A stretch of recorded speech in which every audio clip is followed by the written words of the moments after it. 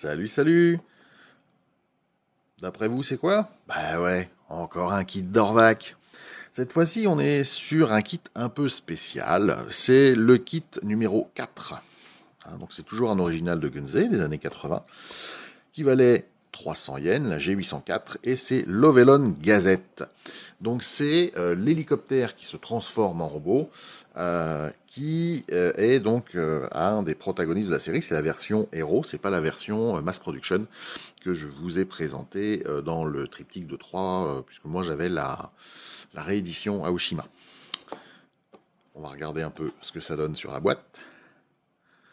Voilà. Hop. Alors le design, on aime, on n'aime pas.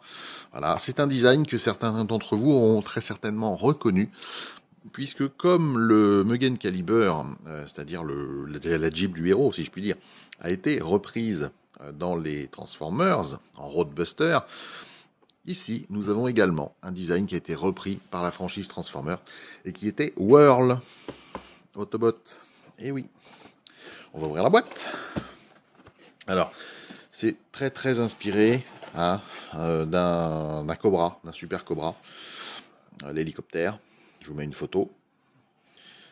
Et pour le reste, eh bien, ça se transforme avec des patins. Nous avons donc un sachet étrange avec des pièces. Donc vous voyez, un bon petit design des années 80. Le moulage est magnifique. Le bleu est sympa d'ailleurs, c'est un beau bleu. C'est là qu'on voit le plus la filiation avec le Cobra, avec la sortie de turbine sur le dessus, etc. Le cockpit, avec des glaces très plates à l'époque. Donc nous avons le petit tube de colle, les décals. Voilà. Donc comme je dis à chaque fois, il faut les scanner pour pouvoir au moins les réimprimer éventuellement si ceux-là sont flingués. Et avant de passer ceux-là, leur remettre un coup de vernis pour les tenir au cas où, et ça aide. Donc une petite grappe. Alors c'est du 1/100 sur celui-ci, c'est plus petit que sur d'autres. Nous avons, comme sur ceux qu'on a vus précédemment, un encart publicitaire qui donne d'autres kits de la gamme. Voilà. Il me semble d'ailleurs que c'est le même encart publicitaire que ce que nous avions dans le Mugen Caliber. Sur la notice, eh bien, comment peindre les pièces directement sur grappe. Voilà. Ensuite, vous voyez, ça se monte très vite. Nous assemblons le corps, les bras, etc., les jambes. Rien d'illogique en même temps, il faut assembler tout ça. Au niveau du dos, on a les pales, etc.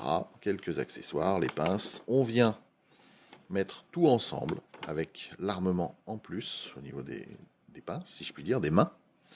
Et on a terminé. Et derrière, nous avons bien évidemment le placement des décals. Alors, c'est marrant parce qu'ils disent sur la notice de mettre les pales ensemble, et là, il les montre écartés, là, un peu moins.